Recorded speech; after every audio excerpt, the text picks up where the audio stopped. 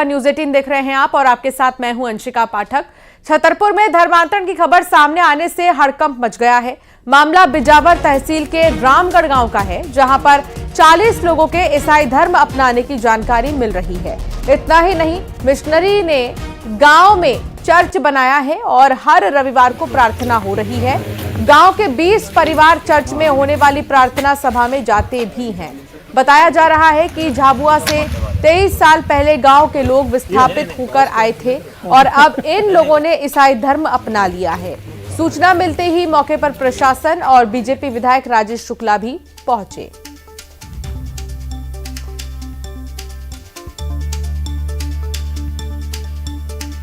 धर्म परिवर्तन नहीं किया है, हम पहले से मानते हैं। कितने सालों से मानते हो आप? कम से कम 20 साल से ज़्यादा। आप जोर जबरदस्ती तो नहीं कर रहा? कोई नहीं कर रहा जोर जबरदस्ती। पैसों का लालच दे के आपका धर्म परिवर्तन करवाया गया है? नहीं। हाँ। नहीं, आप अपने स्वेच्छा से ही सुरक्षा मन से मान रहा हूँ। यीशु धर्म को? हाँ, अच्छा, आप ईसाई धर्म को मानते हैं? मान रहा, कोई लालच से नहीं मान। रामगढ़ में जो ये बस्ती है, ये मूलतः ये लोग झाबुआ ज़िले से आए हुए हैं। तो अभी बहुत सारे लोगों से जो हमने पूछताछ की है कि वर्तमान में ऐसा कोई व्यक्ति ऐसा नहीं है कि जो उन्हें लालच भय दे रहा हो और उनका धन परिवर्तन कह रहा हो। जो लोग पहले से कोई मानते रहे होंगे उन्हीं का है। कोई एक आध जो बच्चे के नाम आए हैं, तो एक का तो एडमिशन से कट के नाम आया हुआ है और एक दो नाम ऐसे हैं जो नए हुए हैं, लेकिन वो फैमिलीज़ पहले से मान रही थी। अभी हमने दोनों पक्षों से सबसे बात की है कि भाई यदि किसी प्रकार का भय, कोई दबाव, कोई किसी प्रकार की बात हो रही हो तो हमको सूचित करें। तो ऐसा किसी व्यक्ति ने तत्काल में बताया नहीं, फिर भी हम इसकी और तह में जांच कर रहे हैं। इंदौर में गाड़ी टकराने को लेकर विवाद हो गया। युवक ने एक युवती को लात मार दी। लोगों ने युवक की वीडियो भी बनाई है। गुस्साई भीड़ ने युवक को पुलिस के हवाले कर दिया है। गाड़ी टकराने को लेकर जो विवाद हुआ वो इतना ज्यादा बढ़ गया कि युवक ने युवती को लात मार दी। अब इसका वीडियो भी बना लिया गया। वहां पर मौजूद लोगों ने इस पूरी घटना का वीडियो बनाया है और पुलिस के हवाले इस युवक को कर दिया।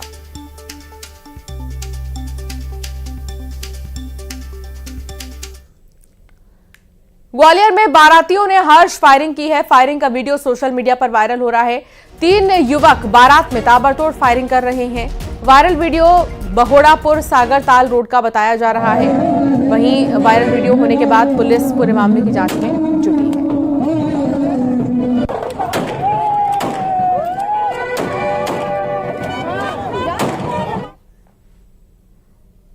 सौरभ शर्मा मामले में बड़ा खुलासा हुआ है। सौरभ शर्मा की डायरी खोलने के बाद कई लेन देन का ब्यौरा मिला है।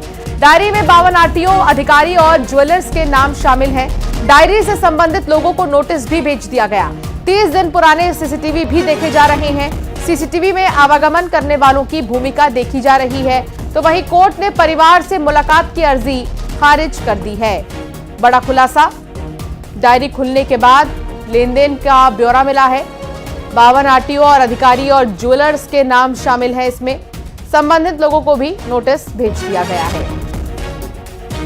शैलेंद्र भदौरिया संवाददाता साथ जुड़ गए हैं। शैलेंद्र, जिन लोगों के नाम डायरी में मिले हैं अब उन्हें भी नोटिस भेज दिया गया है, वो भी जांच के दायरे में आ गए?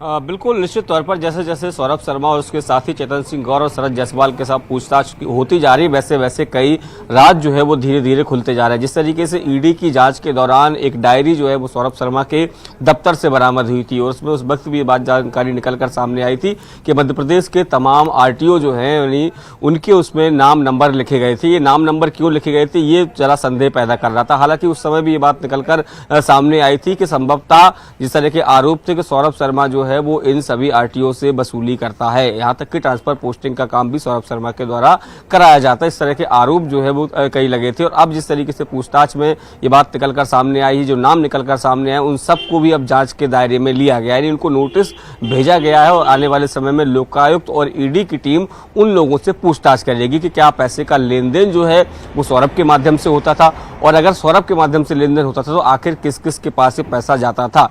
क्या सौरभ शर्मा ही सबका मास्टरमाइंड एजेंट था या फिर सौरभ शर्मा केवल एक मोहरा था।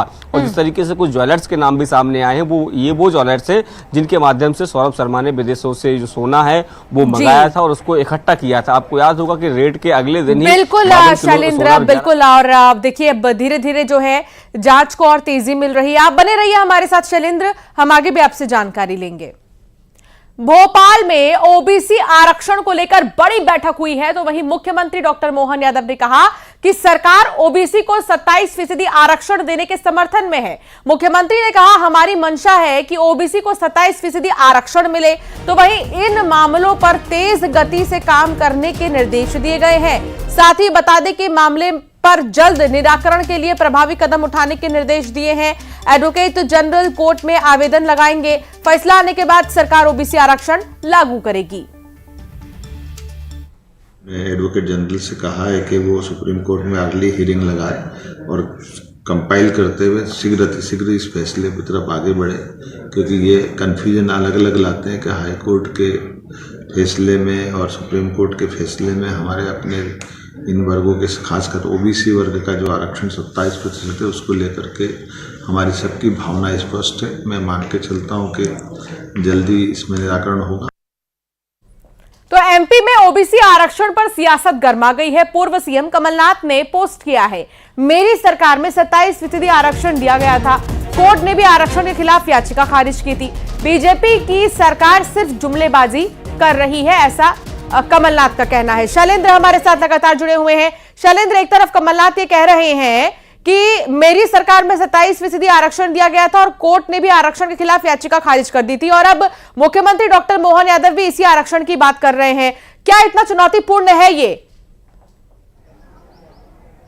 बिल्कुल ये बेहद ही चुनौतीपूर्ण और यही कारण है कि लंबे समय से ये मामला लंबित है। क्योंकि देखिए ये बात सही है कि कमलनाथ सरकार में इस विधेयक को लाया गया था कि मध्य प्रदेश के जो ओबीसी वर्ग के लोग हैं उनको 27% आरक्षण मिले, लेकिन उसको लेकर कई तरह की याचिकाएं जो है वो हाई कोर्ट जबलपुर में लगाई गई, ग्वालियर हाई कोर्ट में लगाई गई, इसके साथ ही सुप्रीम कोर्ट में भी याचिकाएं लगाई गई। तो अलग अलग याचिकाएं लगाई गई और यही कारण है कि ओबीसी वर्ग को 27% आरक्षण देने का रास्ता साफ नहीं हो रहा है। हालांकि कुछ दिन पहले एक मामले में सुनवाई करते हुए जबलपुर हाईकोर्ट ने इस स्थिति को स्पष्ट किया और कहा कि मध्य प्रदेश सरकार 27% आरक्षण दे सकती है, लेकिन बहुत सारी याचिकाएं ऐसी हैं जिन पर अभी तक सुनवाई नहीं हुई है या ये कहें कि उनके निर्णय आना बाकी है। उसके पहले सरकार ओबीसी को 27% आरक्षण नहीं दे सकती है। यही कारण है कि डॉक्टर मोहन यादव ने कल एक बैठक की थी और इसमें तमाम विधि विशेषज्ञों के साथ जो है वो राय मशवरा किया और उसके बाद ये निर्देश दिए गए हैं कि सभी अधिकारियों को ये कहा गया है कि एडवोकेट जनरल के माध्यम से कि याचिका सुप्रीम कोर्ट में लगाई जाए और उसमें ये कहा जाए कि सभी मामलों की एक साथ सुनवाई हो जाए, क्योंकि अगर एक साथ सुनवाई हो जाएगी और निर्णय आ जाएगा उसके आधार पर जो है वो ओबीसी वर्ग को आरक्षण देने का काम शुरू हो जाएगा। यदि एक एक करके निर्णय आते रहे तो बहुत ज्यादा समय लग जाएगा और जो वर्ग जिसको ये लाभान्वित होना है वो लाभान्वित नहीं हो पाएगा। और इसी सब को लेकर अब श्रेय की राजनीति जो है वो मध्य प्रदेश में देखने को मिल रही है। मध्य प्रदेश सरकार का ये कहना है कि कांग्रेस नहीं चाहती थी कि ओबीसी आरक्षण मिले, इसी के चलते कई याचिकाओं को उलझाया गया था। जी बिल्कुल, और देखना होगा कि ये राह कितनी आसान होगी आरक्षण को लेकर। बहुत शुक्रिया शैलेंद्र जानकारी साझा करने के लिए। ग्वालियर की भी अब बात होगी, जहां ग्वालियर में परिवार हॉस्पिटल ग्रुप पर आईटी की कार्रवाई लगातार तीसरे दिन भी जारी है। इनकम टैक्स डिपार्टमेंट के अधिकारियों ने हॉस्पिटल ग्रुप की इनकम और जांच के नाम पर वसूली जा रही मोटी रकम से जुड़े कई दस्तावेज जब्त किए हैं। इतना ही नहीं, मामले में हॉस्पिटल मैनेजमेंट के भी बयान दर्ज किए गए हैं।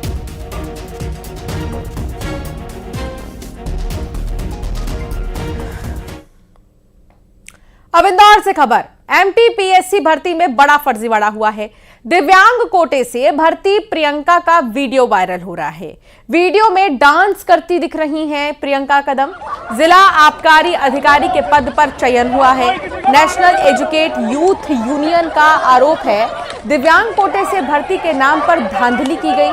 पहले ओबीसी से फॉर्म भरकर परीक्षा दी, बाद में ईडब्ल्यूएस कोटे से एग्जाम दिया और यहां देखिए डांस करते हुए नजर आ रही हैं।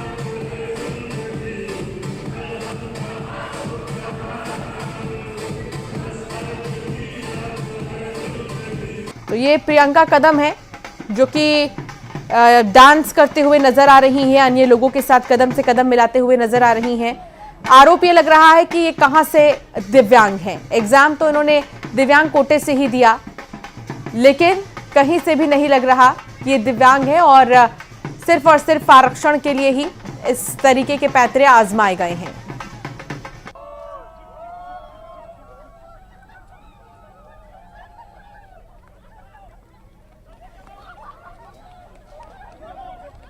एमपीपीएससी में सिलेक्शन उज्जैन की प्रियंका कदम का हुआ है। इसके बाद उनके कुछ वीडियो वायरल होने के बाद उन पर सवाल खड़े हो रहे हैं, लेकिन हमारे साथ में प्रियंका कदम खुद है। मैम, जिस तरीके से आप पे आरोप लग रहे हैं कि आपने फर्जी तरीके से नौकरी पाई है ईडब्ल्यूएस के द्वारा, तो क्या लग रहा है आपको कि ये कैसे घटनाक्रम हुआ था, क्या हुआ था? पहली बात तो ये जो आरोप लग रहे हैं, हाँ, प्रथम दृष्टया देखने पर गलत ऐसा प्रतीत होता है कि मैंने फेक सर्टिफिकेट बनाया, पर इसमें कोई सत्यता नहीं है। किसी भी तरह की जांच होती है, विभागीय जांच, मैं उसके लिए पूर्ण रूप से तैयार हूँ। मैं अपना पूर्ण सहयोग देने के लिए तैयार हूँ।